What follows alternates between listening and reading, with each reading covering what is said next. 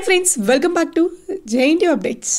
So ఈ వీడియోలో BTech సంబంధించి second year at the same time final year వాళ్ళ రిజల్ట్స్ గురించి అప్డేట్ మాట్లాడుకుందాం. వీడియోని అయితే పూర్తిగా చూడండి. సో మనకి రీసెంట్గా బీటెక్ సంబంధించి జనవరి 30వ తారీఖున 2-1 R20 at the same time regular మరియు సప్లీ రిజల్ట్స్ అనేవి రిలీజ్ చేయడం జరిగింది. ఓన్లీ R20 రెగ్యులేషన్ మాత్రమే. అండ్ వాళ్ళ పేపర్ వాల్యుయేషన్ ఎలా జరిగింది అనే అప్డేట్ కూడా నేను ఈ వీడియోలో చెప్తాను.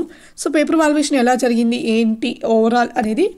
సో దీనికంటే ముందు ఇప్పుడు మనకి పెండింగ్ ఉన్న రిజల్ట్స్ వచ్చేప్పటికి 2-1లో R19, R15 at the same time last chance R15 regulation వాళ్ళవి పెండింగ్ ఉన్నాయి.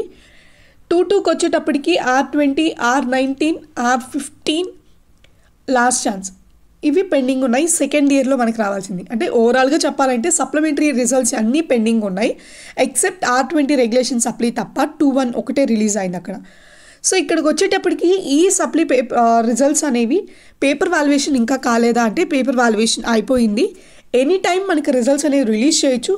కానీ ఈ వీక్లో మనకు వచ్చింది 2-1 రిజల్ట్స్ వచ్చాయి కాబట్టి మ్యాక్సిమం మనకి రిజల్ట్స్ అనేది ఏ క్షణమైనా రిలీజ్ చేయొచ్చు. సాటర్డే కానివ్వండి లేదా నెక్స్ట్ వీక్లో మీ రిజల్ట్స్ అనేవి షూర్గా వచ్చేస్తుంది.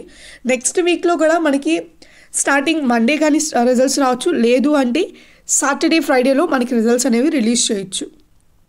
ఓకే, సో ఈ పేపర్ వాల్యుయేషన్ అయిపోయింది, మార్క్స్ అప్లోడింగ్ దగ్గర ఉంది కొంచెం. సో అది కూడా అయిపోతే మీకు రిజల్ట్స్ ఏ క్షణమైనా రావచ్చు. సో ఇదన్నమాట.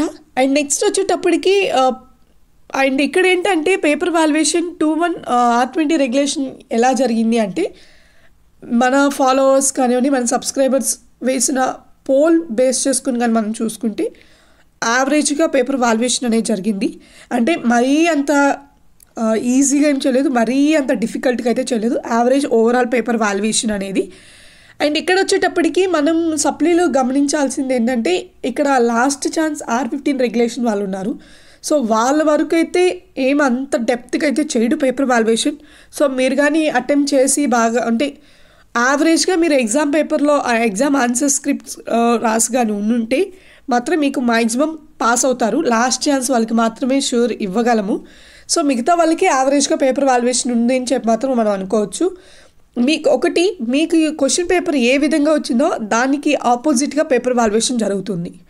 ఓకే, ఇది ఒక్కటి మాత్రం గుర్తుపెట్టుకోండి. మీకు వచ్చిన క్వశ్చన్ పేపర్ని బేస్ చేసుకుని ఆపోజిట్గా పేపర్ వాల్యుయేషన్ అనేది ఉంటుంది. దాంట్లో నేను చెప్పేది కాదు, మీరు ఎవరిని అడిగినా ఈవెన్ మీ ఫ్యాకల్టీస్ని అడిగినా కూడా ఇదే రెస్పాన్స్ వస్తుంది. అండ్ ఇక్కడ నెక్స్ట్ వచ్చేటప్పటికి బీటెక్ ఫైనల్ ఇయర్ వాళ్ళ రిజల్ట్స్ కానీ చూసుకుంటే 4-1 ఇక్కడ వచ్చేటప్పటికి 4-2 R15 రెగ్యులేషన్ వాళ్ళు కూడా రాస్తున్నారు.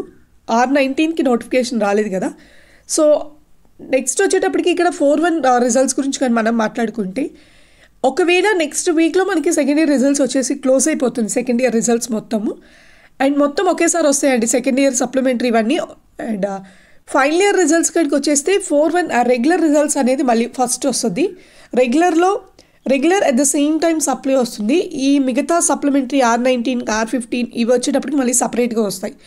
ఏదేమైనా ఈ మంత్లోనే మళ్ళీ మీకు 4-1 రిజల్ట్స్ కూడా వచ్చేస్తాయి. ఈ ఫిబ్రవరి మంత్లోనే మీకు రిజల్ట్స్ అనేవి రిలీజ్ చేస్తారు.